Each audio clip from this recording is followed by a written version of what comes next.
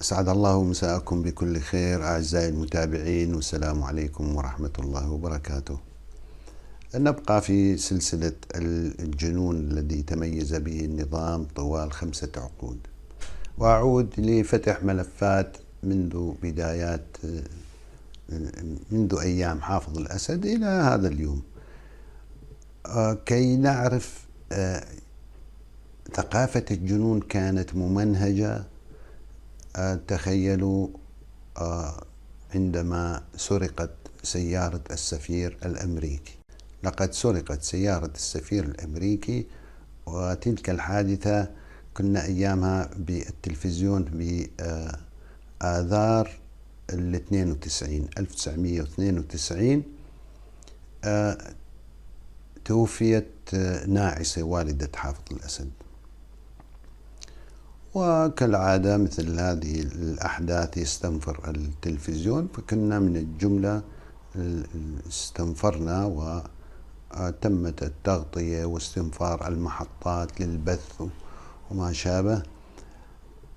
عندما جاء الوفد الأمريكي أو وفد السفير الأمريكي مع مرافقته إلى القرداحة لتقديم واجب العزاء، خلال فترة وجوده تمت سرقة سيارته، وعلم يومها حافظ الأسد بالحادثة، فاستبقى السفير وطلب منه عدم المغادرة لأسباب معينة نجهلها، وأمر بالبحث، وخلال ساعة يجب أن يكتشفوا مكان السيارة. واستنفر الطيران المروحيات طبعا والأجهزة الأمنية، وأقاموا الحواجز، وتم تفتيش المنطقة بالكامل. أخيرا وجدوا السيارة بإحدى المزارع بين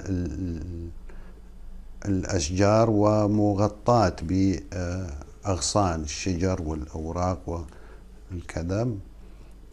المهم يعني انتهت العملية واكتشفوا السيارة وأعادوها. طبعا هاي الحادثة تدلك على الاستهتار والجنون الذي كان مسيطر على تلك الشريحة التي تضرب بسيف النظام في تلك المنطقة، وخاصة في القرداحة. كان مشهورين طبعا بذيك الأيام يعني شيخ الجبل وهارون الأسد.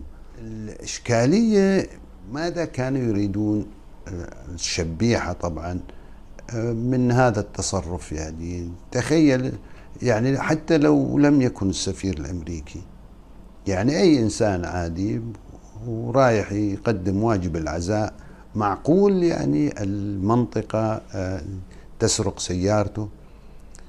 ففعلوها مع السفير الأمريكي. ما هي الرسائل التي كانوا يريدون منها؟ هي تحدي لحافظ الأسد أو للأجهزة الأمنية؟ ما نعرف. يعني هو الجنون، يعني نحتاج إلى طبيب نفسي ربما يفسر لنا هذا السلوك. حادثة أخرى بنفس العزاء حصلت. كان لي صديق هو المسؤول عن المطاعم مجمعات فنادق الشام، يعني كان هي مجموعة فنادق الشام موجودة، فندق الشام بدمشق وباللاذقية وبتدمر. طبعا الملكية تعود لرجل الأعمال السوري عثمان العائدي.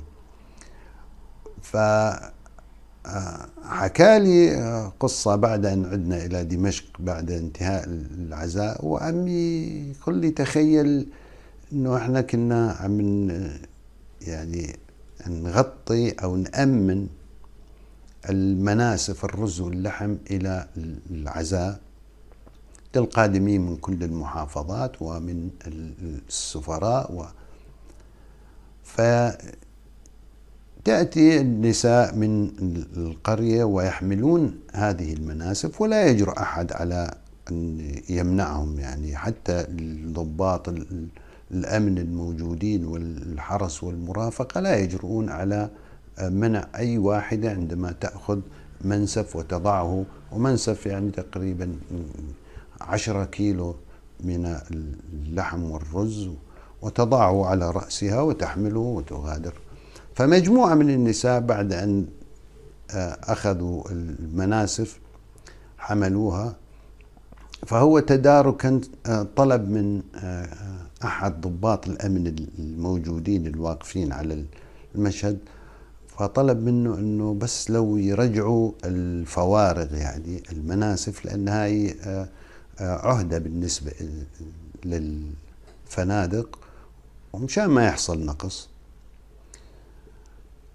فذهب الضابط باتجاه واحدة منهن، وقبل أن يطلب منها إعادة أو كذا، مجرد أن استوقفها التفتت إليه وهي حاملة المنسف وزجرته بعنف وقالت له ارجع أحسن ما ألبس هذا المنسف براسك.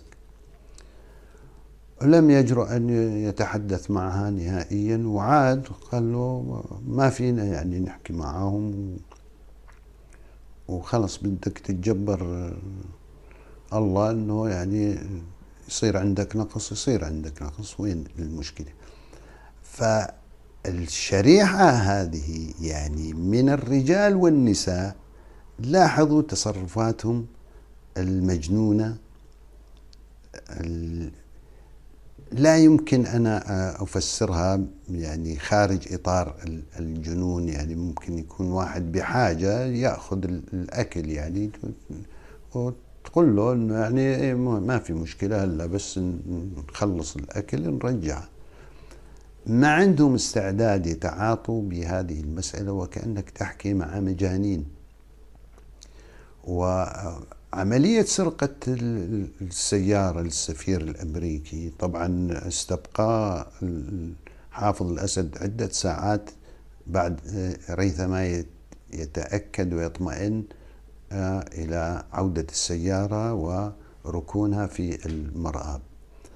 هذه إحدى الصور من جنون النظام وجنون الشريحة التي كانت تحتمي وتضرب بسيف النظام، التي عشناها في الحياة الوظيفية وفي الحياة اليومية في سوريا الأسيرة. طاب مساؤكم، والسلام عليكم ورحمة الله وبركاته.